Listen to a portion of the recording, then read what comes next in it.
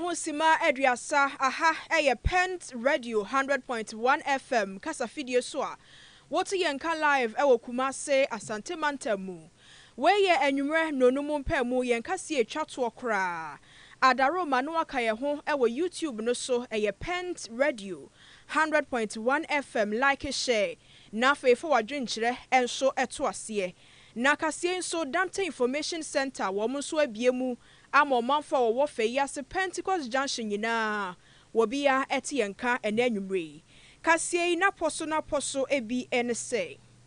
titnani ema sorry Pentecost eye Apostle Eric Nyameche edin sembia tudwa ekire se enanu mfihye bi etwamu woko South Africa na eka nyame nyankopon ko a kasabrei waye nyamedia kasie mu beti emu enchemu na Ghana Private Road Transport Union GPRTU ena womo so womo se womo de kokobo ekọ ama drivers fo ahodo a yento ahyentuade buomu na so womo akasa de womo pe atumu se animu ya womo nya ntem na entumu na womo atumu no womo nsa entwe ensensen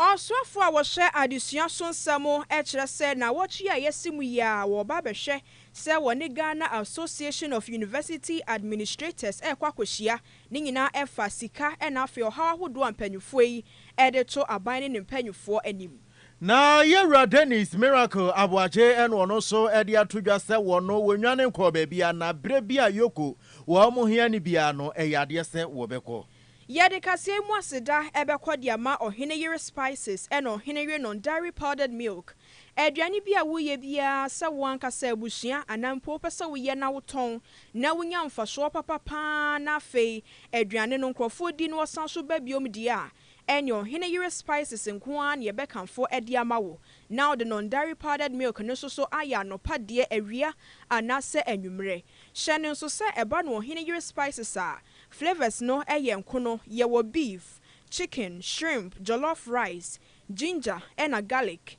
noodles, fried rice, goat and a stew. Non-dairy powdered milk nso eka ho emofra ne mpanyufo nyina wo bia tumi di bia yeye. Se wo pe bia to na akosto bia wo tonton anuane ho niama enye na ewo ho na nso bia na openduduo mu atu aton de a ene no afra mpanyufo wa homabofo iso eye 0207 805-398 and 0244-525-908. Sameka se ohene yere spices asa wa wani tuadada.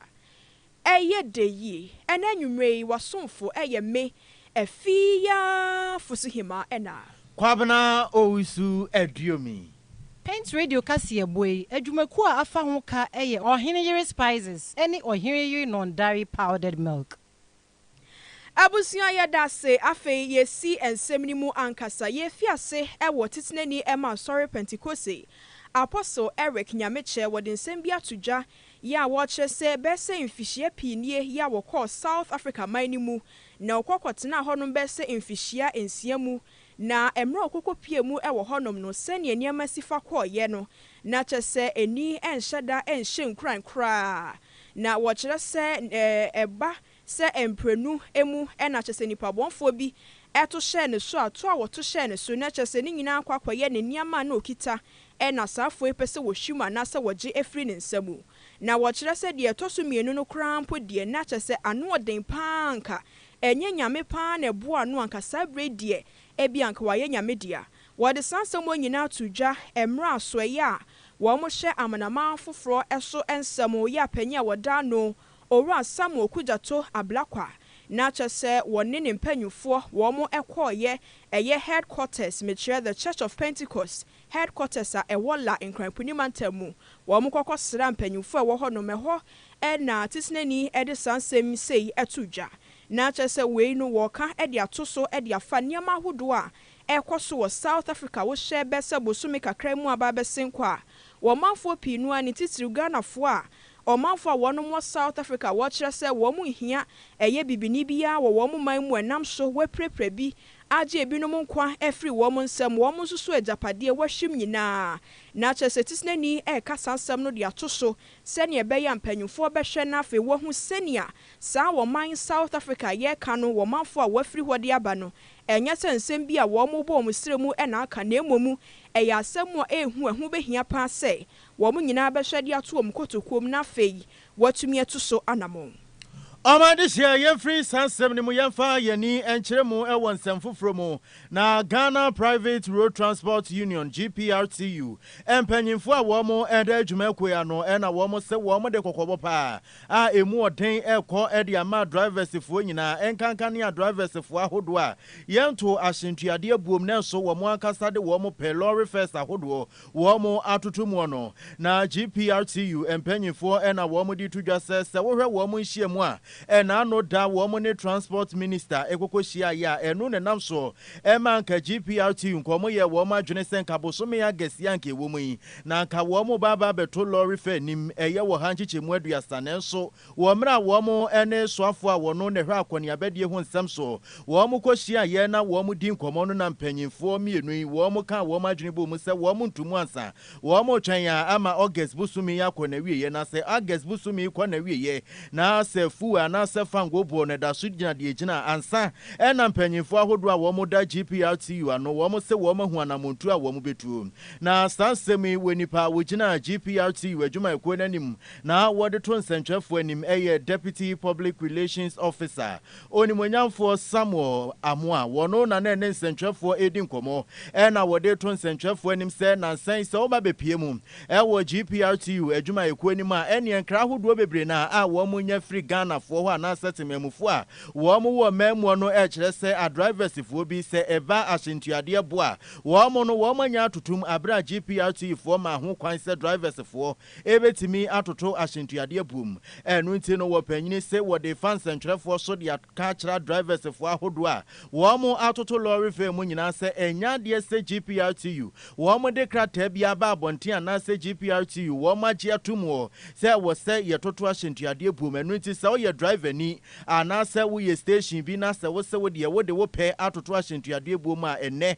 wo mo ka kira wo se entempa saatwe na esan ensemi nyina onimonyamfo Samuel Amoa wo mra na wo ne nsentwefo edi nkomo en wo de sansemi etudwa. I've been receiving some complaints that some drivers are increasing transport fares. And I want to state it clearly that transport fares has not been increased. The process in which we go through before we increase transport fares is clearly there. At our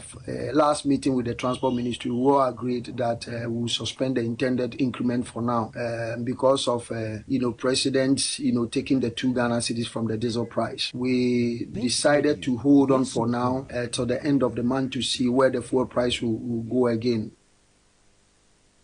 This year, any ye customer for Edema Ghana Private Road Transport Union or Samuel Amoa. Oswafo a wono na eba no Ghana eye adesua ho nsensem a woda no ye opanyi Haruna Idrisu na sabre wode nsem bia todwa ye a wokasa kire se wo ba behwe woni na so eye no se wo mbetumi ehu anase wo behia Ghana Association of University Administrators empanyufo ahodo a wo mo sa kuo yi mu na watumi ni wo ma twetwe nkomo enkomo a wo mo di nyina efa nsem a ekuo yi ede todwa efa sika botini bi a wo hwe animu eye allowances bi ebiomo nso so eba no niam ahodo bi a wo mo kire se no so wo mo ede sansam no to aban ne mpanyufo animu a wo mo atwen ache yie pa senka aban betumi etu so anamon ede ama wo mo na we na chese sabre di abrewa eyi poma kwan mu a wo sofo yi ene ne mpanyufo kire se enche kra nsa na wotwi bekọ na wie ye de na woni ekoyi mu ma etumi ahia na fe eniema na so hawa hodo a wo mo de atodwa nyina watumi ahye aboa wo mo ewo sa kwan no so na emra sansem we eba ye wo panya woje penie ene nsemtwerefo kasa ye eya soye a wohwe adesuamu nsemo kasamafo eye wowura Hashmin Muhammad wono ene ne nsemtwerefo kasa ye na ne kasamu ena wo kire se eba no sikaboti na wo hwe anim ya ebiomo so eba no salary ena afa commission ahodo nso so a wo mo behwe ama sankomo no nso so eho abehia na afa wo mo aka afiri ho na mra sansem we eba monten so no enam so ama Ghana Association of University Administrators emu panyufo ena womo so ekasa kyerɛ nsɛm a wɔn ate die ɛyɛ pa ekoyie nanso wɔbɛsrɛ panyufo sɛ enhyiamudie no wɔbɛsrɛ sɛ nkwankwaye sɛ nhyiamu bi a wɔba bɛhyia na yaba bɛhyɛ ɔmobɔ anase yɛ ka nsɛm a ɛbɛdwodwo wɔ makoma nko a na emomu wɔn ma ne nyɛ words a kyerɛ sɛ action ɛka ho ɛma ne nkwankwaye sɛ yɛ ka sɛ o we deɛ monkafra we deɛ yɛsrɛ mo momfa nkyɛn yɛbɛbɔ yɛn homɔden na kyerɛ sɛ abasa na asan so akɔsaa na emomu ansɛm bi a wɔn bɛka bi a wɔbɛsrɛ wɔn mfa twerɛdua ɛyɛ pen ensi so na afei wɔn nyinaa enya wɔn ho nteaseɛ sɛnea ɛbɛyɛ a ɛkɔkɔba sɛ saa asɛm yɛ ka kora afiri hɔ no mu a adekora wɔn hyɛ animu ɛyɛ sika no ampanyampa wɔn nsa ɛbɛtumi aka. That has to do with education, and then anything that will affect the academic calendar of any of our institutions in the education sector. We are concerned here at the Education Ministry. So this strike issue has come to the attention of the Honorable Minister, and the Honorable Minister intends to engage with them and then the Fair Wages and Salaries Commission to find an amicable solution to this issue. I think that meeting should come sometime this week so that we can be able to find solution to this issue. Wey eye wopani anase kasamafo ema so ye hwe adesua ho ensamo wopanyini Hashmin Mohammed nene ena wotiye na boafo mapa edema enkane mampanyi abedi akire Dr. Mahamudu Bawumia eye owura Dennis Miracle Aboaje ena wono so wode atodwa se yokofo ehia na abrebia a economic on organized crime office no wo mo abeto wo mo nsafre no se wo mra wo masoye no wode ntempa ni mirika en wode bekọ wo mo asoye na setiefo beka ya enche bia ena yoko ena afenso Ghana Immigration Service wo na Yewura Dennis Miracle Aboaje wo bepie mu ewo Accra International Airport na wo mo koso ni pechi na pechi a wo mo koso no na yoko eba mane se wo mra na Yewura Dennis Miracle Aboaje na wo ye kyerɛkyerɛfo panyi edema Interministerial Coordinating Committee on Decentralization ni dwumadi ahodo a wodi ye no asesika bi efa ne nsase enenam so ema yokofo eso ni pechi na eno nam so amaboafo mapa edema enkane Ghana mampanyi abedi akire Dr. Alhaji Mahamudu Bawumia Yewura Dennis Miracle Aboaje eno de aba betudwa se every say yoku ede sobo yi bo no se krache wo mra na wo ye kyerɛkyerɛfo panyini ewo Interministerial Coordinating Committee on Decentralization no ase amanfo bebre na ena wo mo sori ana wo mo nenam e ka se krache se wa pe baabi ate eno no wo se wo no enya de se wa pe baabi ate na de enti ayoko nsensem no wo no wamie na no no won ka hwe emfamfa ho nyina ne se yokofo ye nhwemu e de afa ne nsem ni mu eno ne nam so nti a wo no waka na no atom no na wo ne nkrakra mu no ena na owura Dennis Miracle Aboaje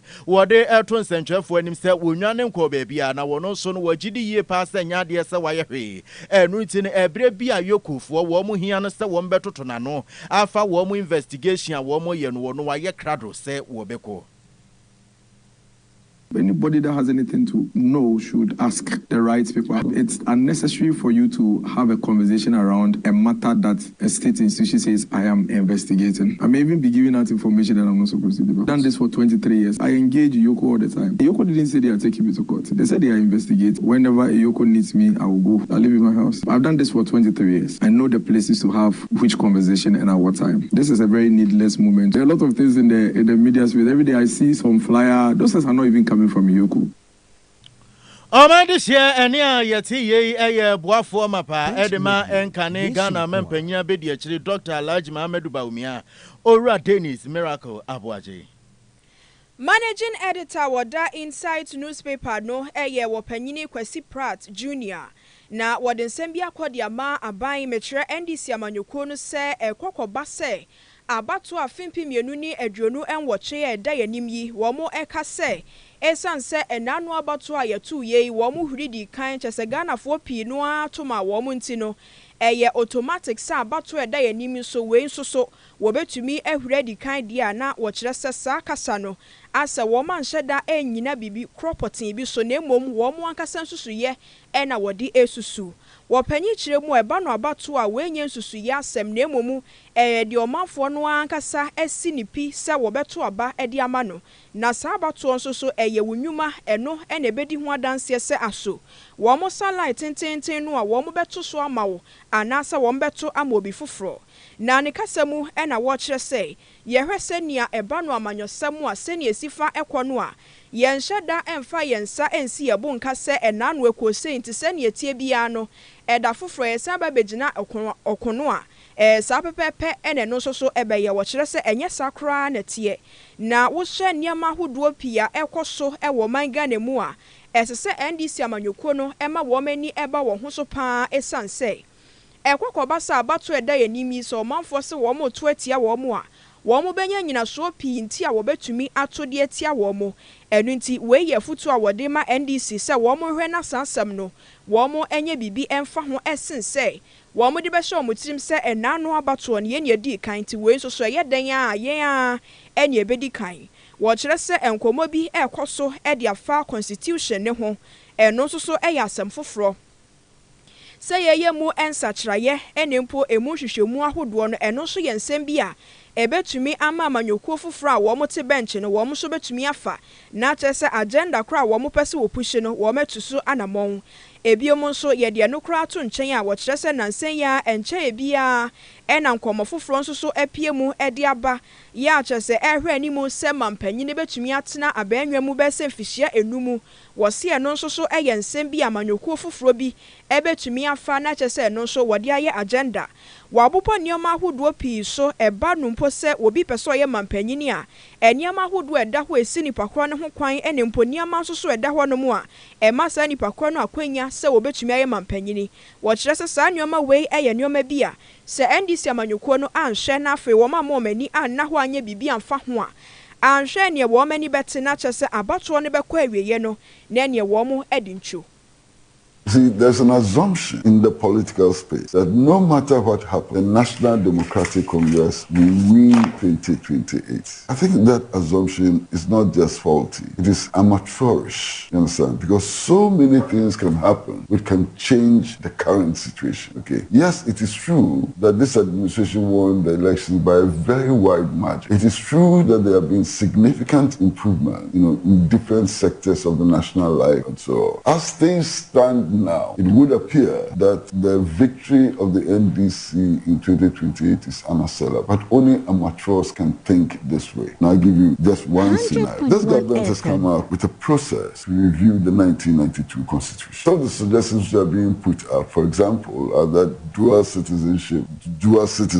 can hold any position excepting the presidency and the vice. You do know that that's a very unpopular move. I listen to people and so on. I visit communities and so on. That's very, very unpopular. Now just imagine a situation where the opposition counters the government position and manages to generate a momentum, serious momentum, leading to a referendum on the Constitution.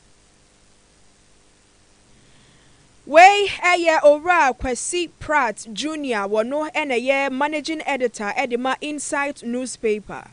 Yegusua ekai adihye nyina sɛ wasugusua wutie Pent Radio 100.1 enwumre nonum enefa kasebo yi yedam live wa befo ntenten fidie no so YouTube Pent Radio 100.1 akai sɛ wuko YouTube a wo hwɛ ye no na wo like san so na ubetimi awo so sɛ ne be ya afoforo so wo mu benya bia hwɛ na wo manya bia tie wo wia wadwenkyerɛ no fato ase ho na kai sɛ obe subscribe ede amaye afe yantoa Samnesona Executive Director Awono Eneda Africa Center for Energy Policy ano eye Owura Benjamin Boache ena wodia tudwa se wohwe nansen eye AXA ena afenso no Ghana enwumekuo no eye agreement a yekoye na wo se wode to Ghana mampanyin His Excellency John Dramani Mahama nim se nkebe ya na nka wonya hwemu emfasa agreement ho na woche awieye ene beto dwa se okokopie mu ewo America abrochimemu a ene US federal jury eno no wo America abrochie no wo mo ahye se enkane kwankyerefo ana wonu ne datema oil refinery na no owura asante kwaku be ko won konkoda afiase na manebo a na free US eba ne kyese wo mo se wo ma ye nhwemu na wo hwe 2015 wo mra na Ghana na dum so no ejina so yie pa ana Ghana na dum so na yire yenkon na ena saa bre no empanyimfo ahodo ana wo mo da nyina mahoden no mo hwe nyina mahoden ho nsem so wo mo ye wo ma dwen sei wo mo kwa akopɛ power plant se ne be ye no betimi aboa ye na Ghana dum so saa bre no na ama ne homne so wo mamu no nka ye betimi akoatia na ya bre na sem na saa bre no US court no ebo amane sese wo hwe panyimpa na wo no ena na wo ye kwankyerefo ana wo datema oil refinery na no ye wura kwaku asante be ko a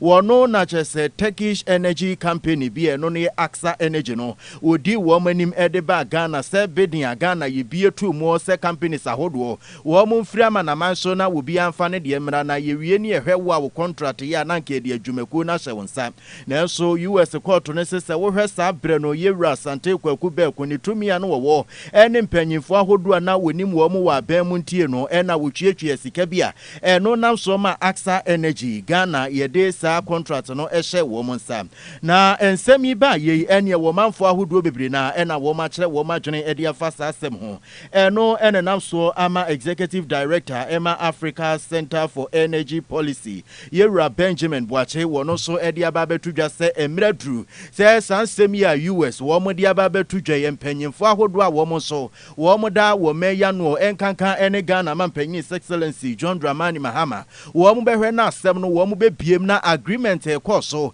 e wo Ghana ena afen so no Aksa Energy Company nintem no ye betimi ahwe na wo ma ye nhwemu ewum na wo ne krakra mu no ena na Owura Benjamin Boache wo sanso edi tudwa se we no enye Ghana mampanyin na afen so no enye office of the special prosecutor anasa attorney general nko a ene wo se hwe sansem nim na emom no so afo a wo no so ehwe nyina mahoden ho nsem no e wo se wo no so hwe se wo betimi aye nsem ni mu ehwehwemu.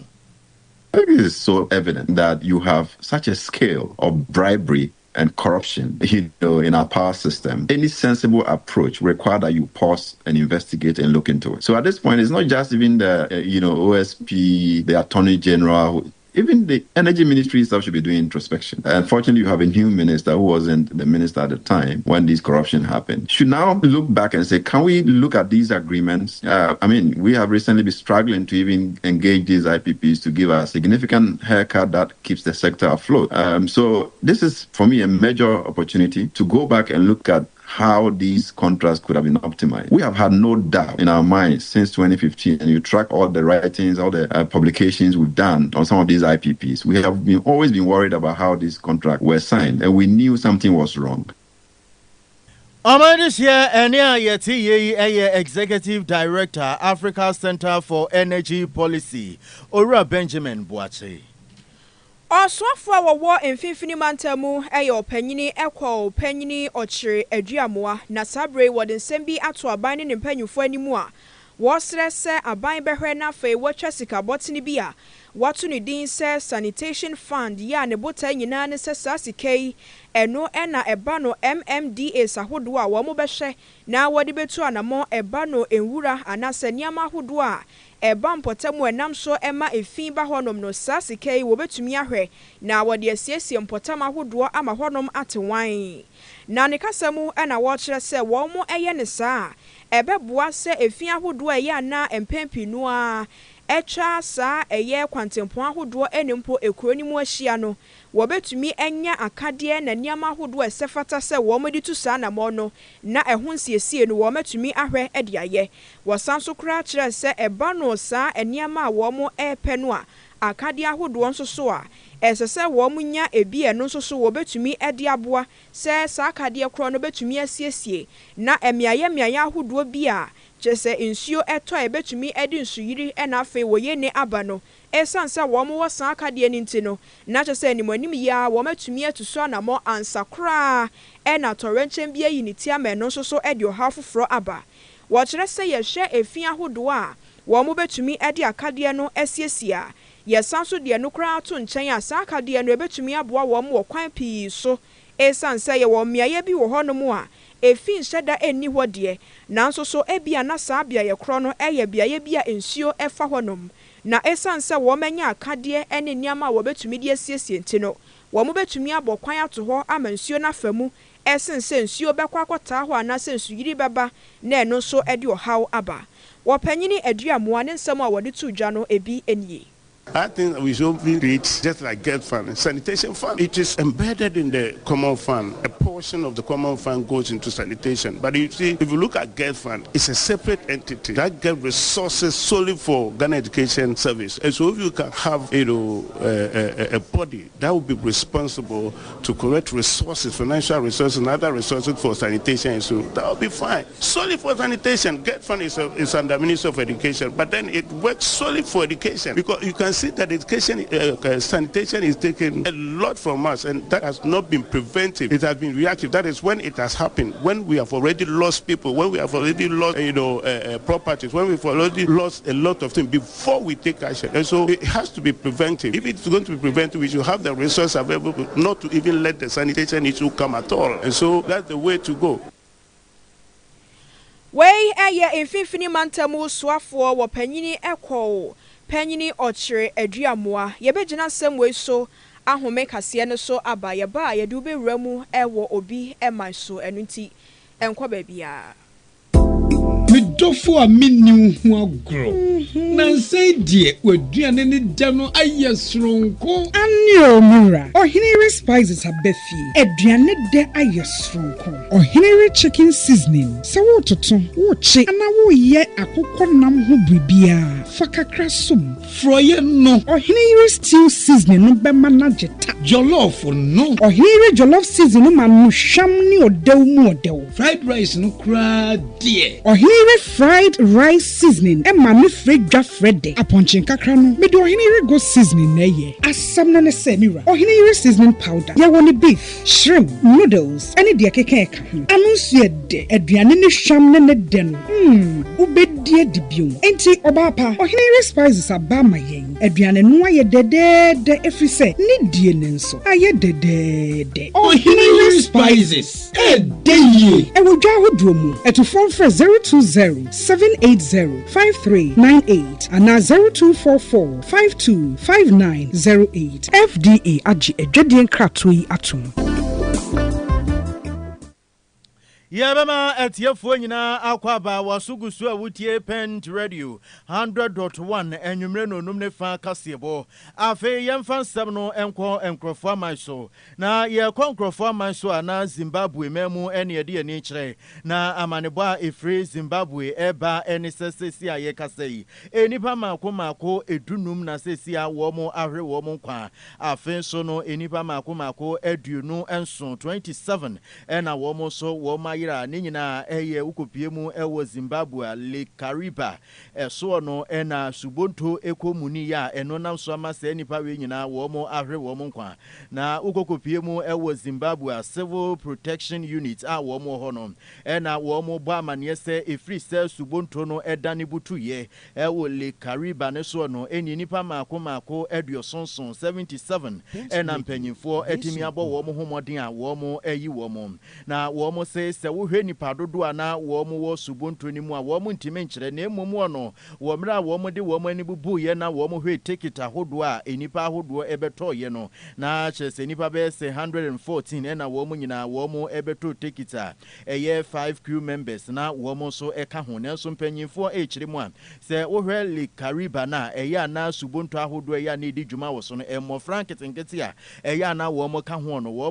mo nto ticket bia enti no wo mo ntime nkyere pote